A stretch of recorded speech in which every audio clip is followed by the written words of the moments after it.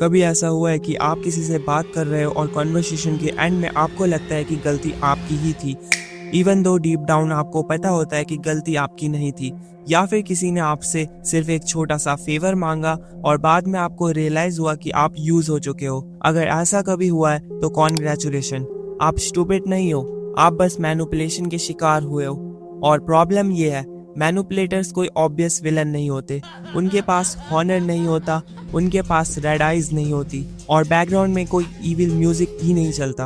Actually most manipulators friendly, helpful और charming लगते हैं और इसी वजह से लोग उनके ट्रैप में फंस जाते हैं। साइकोलॉजी में इसे कहते हैं माइंड मैनिपुलेशन, एक ऐसा गेम जहां कोई आपके इमोशंस को कंट्रोल करके आपसे डिसीजन करवाता है और स्कैरी पार्ट, आपको पता भी नहीं चलता। आज की इस वीडियो में हम 3 पावरफुल मैनिपुलेशन टेक्निक्स डिकोड करेंगे जो लोग यूज करते हैं आपके माइंड को कंट्रोल करने के लिए। और सबसे इम्पोर्टेंट, मैं आपको बताऊंगा कि इससे बचा कैसे जाए। अगर आपको ये ट्रिक्स नहीं पता तो कोई भी आपके इमोशंस को रिमोट कंट्रोल की तरह यूज कर सकता है, बट अगर पता चल जाए तो कोई भी आपको मैनिपुलेट नहीं कर पाएगा। So let's get started with the first mind control tricks. और बिलीव मी, ये ट्रिक्स इतनी कॉमन है कि शायद आपके साथ भी हो चुकी है, तो वीडियो को एंड तक देखना। Trick number 1, the guilt trap. Manipulators का फेवरेट वेपन होता है गिल्ट। एग्जाम्पल, इमेजिन करो आपके फ्रेंड बोलते हैं, यार मैंने तेरे लिए इतना कुछ किया और तू मेरे लिए इतना सा काम नहीं कर सकता। सडनली आपको गिल्ट फील होने लगता है, इवन दो उसका रिक्वेस्ट अनफेयर था। ये टेक्निक सिंपल है, मैनिपुलेटर्स आपके इमोशंस को अटैक करते हैं ताकि आप लॉजिक से नहीं, गिल्ट से डिसीजन लो। और जब आप गिल्ट फील करते हो तो आपका ब्रेन ऑटोमेटिकली हाँ बोल देता है। फनी पार्ट, कभी कभी मैनिपुलेटर्स फेक सैक्रिफाइस स्टोरीज भी बना लेते हैं। मैं तो तेरे लिए रात भर जागा था और तू सो गया, और आप सोच रहे होते हो भाई मैंने तो बोला भी नहीं था जागने को। तो इससे बचने का रूल सिंपल है, guilt is not equal to responsibility. सिर्फ इसलिए कि किसी ने कुछ किया, इसका मतलब ये नहीं कि आप उनके स्लेव हो। अगर रिक्वेस्ट अनफेयर है तो नो बोलना परफेक्टली ओके है। और अब आता है सेकंड ट्रिक पर, जो और भी ज्यादा डेंजरस है क्योंकि इसमें मैनिपुलेटर्स आपको ही कंफ्यूज कर देते हैं। Trick number 2, gas lighting.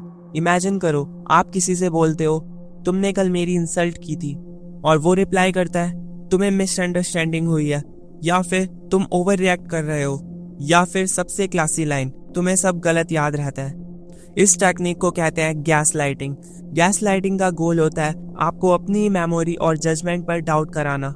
अगर ये लॉन्ग टाइम तक चलता रहा तो विक्टिम स्लोली बिलीव करने लगता है कि शायद प्रॉब्लम मुझ में ही है, और वही से मैनिपुलेटर्स कंट्रोल कर लेते हैं। एक क्वेश्चन पूछो खुद से, अगर कोई इंसान हर आर्ग्यूमेंट में आपको ही रॉन्ग प्रूफ करता है even when you are always right, तो शायद प्रॉब्लम आपकी मेमोरी नहीं, उसकी इंटेंशन है। सोल्यूशन सिंपल, अपने एक्सपीरियंस पर ट्रस्ट करो, और अगर कोई बार बार आपको कंफ्यूज या डाउट करने की कोशिश करे तो थोड़ा डिस्टेंस बनाना बेस्ट स्ट्रेटेजी होती है। बट वेट, अभी सबसे डेंजरस ट्रिक बाकी है, और ये ट्रिक इतनी सबटाइल होती है कि लोग ईयर्स तक नोटिस नहीं करते। Trick number 3, love bombing. ये ट्रिक मोस्टली रिलेशनशिप में यूज होती है।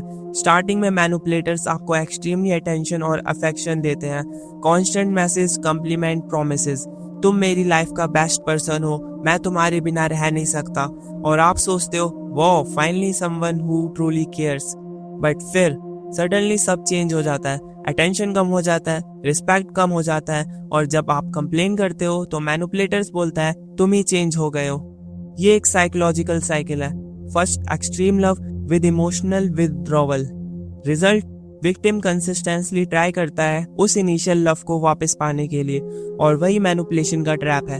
हेल्दी रिलेशनशिप में कंसिस्टेंसी होती है, मैनिपुलेशंस में इमोशनल रोलर कोस्टर होता है। अगर कोई इंसान आपको एक्सट्रीम हाई और एक्सट्रीम लो फील कराता है तो केयरफुल हो जाओ, क्योंकि कभी कभी लव नहीं कंट्रोल हो रहा होता है। इंपॉर्टेंट क्वेश्चन, मैनिपुलेटर्स सक्सेसफुल क्यों होते हैं?